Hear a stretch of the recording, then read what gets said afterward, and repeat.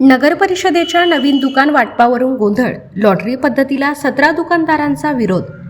आज दिनांक 11 जुलै रोजी शेगाव नगर परिषद परिसरात नव्याने बांधण्यात आलेल्या दुकानांच्या वाटप प्रक्रियेदरम्यान गोंधळाचे वातावरण निर्माण झाले। मंदिर परिसरातील 17 बाधित दुकानदारांनी लॉटरी पद्धतीने दुकान वाटप करण्यास तीव्र विरोध दर्शवत लेखी आदेशाची मागणी केली। मिळालेल्या माहितीनुसार नगर परिषदेकडून नवीन दुकाने संबंधित व्यापाऱ्यांना देण्यासाठी इच्छुक दुकानदारांना 11 जुलै रोजी नगर परिषद कार्यालयात बोलवण्यात आले होते। यापूर्वी 1 जून 2026 रोजी खामगाव येथे उपविभागीय अधिकारी यांच्या उपस्थितीत झालेल्या बैठकीत मंदिर परिसरातील 17 दुकानदारांना त्यांच्या पसंतीनुसार दुकान दालने देण्यात येतील असे आश्वासन देण्यात आल्याचा दावा संबंधित दुकानदारांनी केला। तसेच सर्वोच्च न्यायालयाने या बाधित दुकानदारांना मुख्य रस्त्यालगत दुकाने देण्याबाबत आदेश दिल्याचे त्यांनी सांगितले।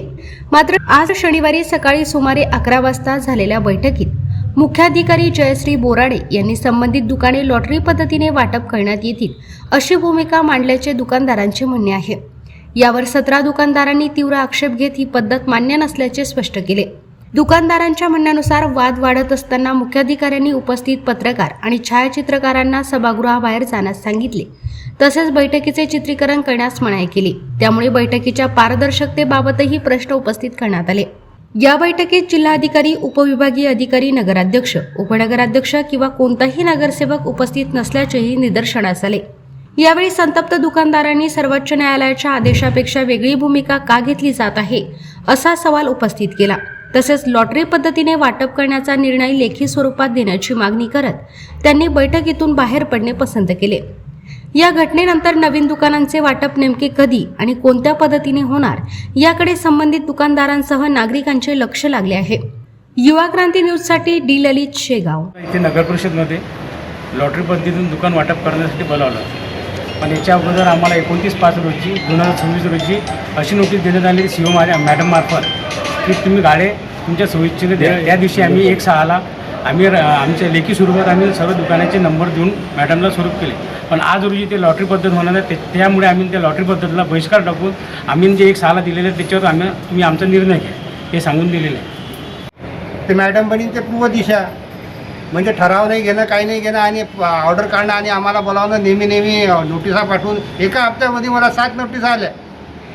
त्याच्यामुळे माझं BP वाढलं आणि मी हॉस्पिटलला भरती राहिलो। याचा दोष कोण आहे? समजा जीवाचं काही कमी जास्त झालं तर याचा दोषी कोण? हायकोर्ट की मॅडम? कारण नगर परिषदेच्या थ्रू आम्हाला नोटिसा देतात।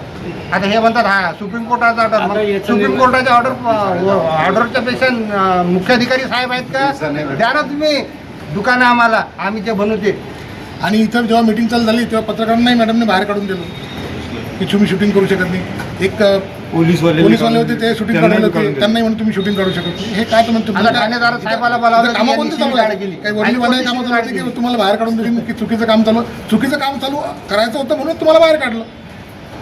मग जेव्हा मी बोललो तेव्हा तुम्हाला सर्वांना आतमध्ये येऊन दिलं। म्हणजे एकाला वेगळा कायदा, दुसऱ्याला वेगळा कायदा। आपण लेखी स्वरूपात काहीतरी मॅडमला मागितलं, लेखी स्वरूपात काहीतरी तुमची चर्चा चालू, ते काय नेमकं? बाकीचे होते ना बसलेले, लेखी स्वरूपात आम्ही दिलं त्यांना। तुम्हाला हे मान्य आहे की? आम्ही सांगितलं आम्हाला 1/6चं मान्य आहे, आजची लॉटरी पद्धत आम्हाला मान्यच नाही। करायची तुम्ही करा, चुकीची पद्धत तुम्ही करा, आम्ही तुमच्या चुकीच्या पद्धतीला आम्ही तिथं हजर राहत नाही। तुम्ही चुकीचे कामं करसाल त्या पद्धतीला आम्ही हजर राहत नाही।